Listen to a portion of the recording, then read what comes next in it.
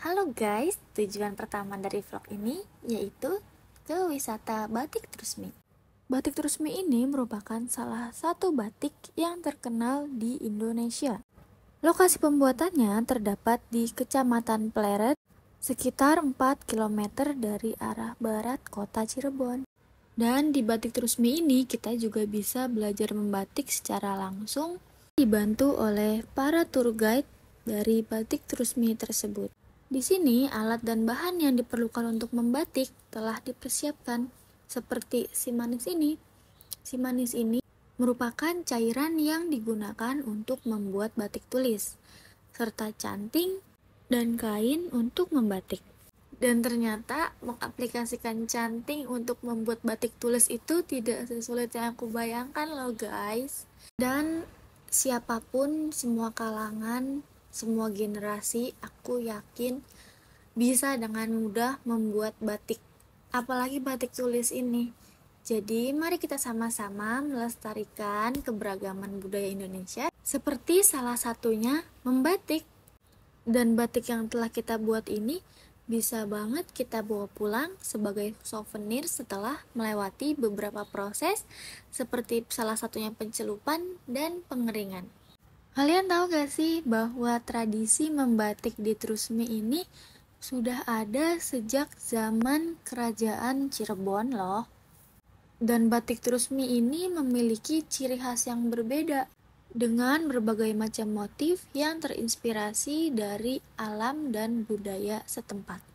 Nah, di sini kita masuk ke bagian pusat grosir Batik Trusmi. Pusat grosir ini telah mendapatkan penghargaan rekor muri sebagai toko batik terbesar se-Indonesia loh guys.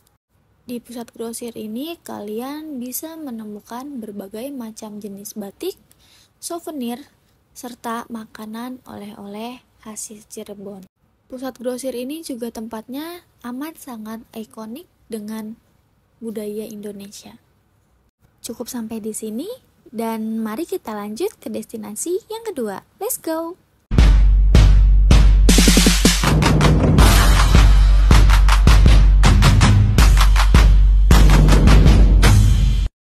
Halo guys, di destinasi yang kedua ini kita akan menjelajahi Keraton Kasepuhan yang berada di kota Cirebon. Di sini aku juga akan menjelaskan mengenai sejarah Keraton Kasepuhan serta beberapa barang peninggalan yang berada di keraton ini. Kalian harus tahu bahwa makna di setiap sudut arsitektur keraton ini terkenal paling bersejarah, seperti halaman depan keraton ini yang dikelilingi dengan tembok bata merah dan terdapat pendopo di dalamnya. Keraton Kasepuhan ini merupakan bangunan yang dahulu bernama Keraton Pakungwati, yang pernah menjadi pusat pemerintahan Kesultanan Cirebon. Di tempat kami berkumpul saat ini merupakan komplek yang disebut sebagai area Siti Inggil, yang terdapat 5 bangunan tanpa dinding. Dan hampir keseluruhan bangunan di sini merupakan bangunan asli sejak zaman kerajaan, seperti kayu-kayu dan bangunan ini.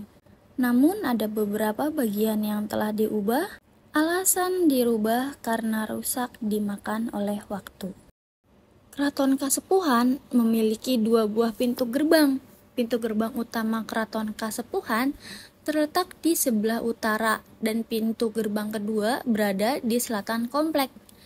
Gerbang utara disebut dengan Kredek Pangrawit, sedangkan di sebelah selatan disebut Lawang Sanga. Di sini kita akan memasuki area Museum Pusaka Keraton Kasepuhan. Fungsi khusus dari museum ini untuk memberikan informasi sejarah dari Keraton Kasepuhan di Cirebon. Koleksinya merupakan benda-benda pusaka peninggalan pemimpin Keraton Kasepuhan sejak masa lalu. Pengoleksian barang tersebut mulai dari masa Kerajaan Pajajaran, masa pemerintahan Fathahilah, Sunan Gunung Jati, Panembahan Ratu, hingga masa pemerintahan Sultan Sepuh I. Dan jumlah pusaka di dalam museum ini mencapai 2000 unit. Museum ini mengoleksi banyak benda-benda kuno. Di sini aku akan menunjukkan kepada kalian barang-barang antik yang terdapat di dalam Museum Keraton Kasepuhan ini. Yuk kita saksikan bersama-sama.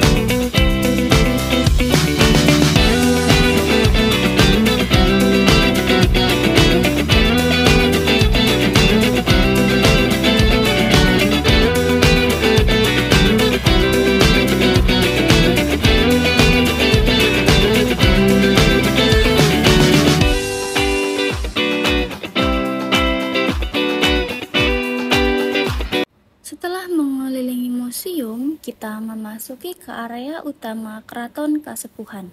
Area utama ini berisikan bangunan induk Keraton Kasepuhan serta bangunan penunjang lainnya. Setelah melewati gerbang, kita langsung disambut dengan taman yang berukuran 20 meter persegi dengan nama Taman Dewan Daru. Taman ini dikenal dengan nama Taman Bundaran Dewan Daru karena bentuknya yang melingkar. Bangunan yang aku lewati ini merupakan bangunan utama Keraton Kasepuhan.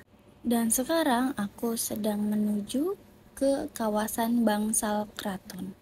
Di area ini terdapat beberapa bangsal serta dapur, pemburatan, kaputren, pengukuran, serta gajah nguling, jinempang rawit, kuncung, dan kutagara wadasan.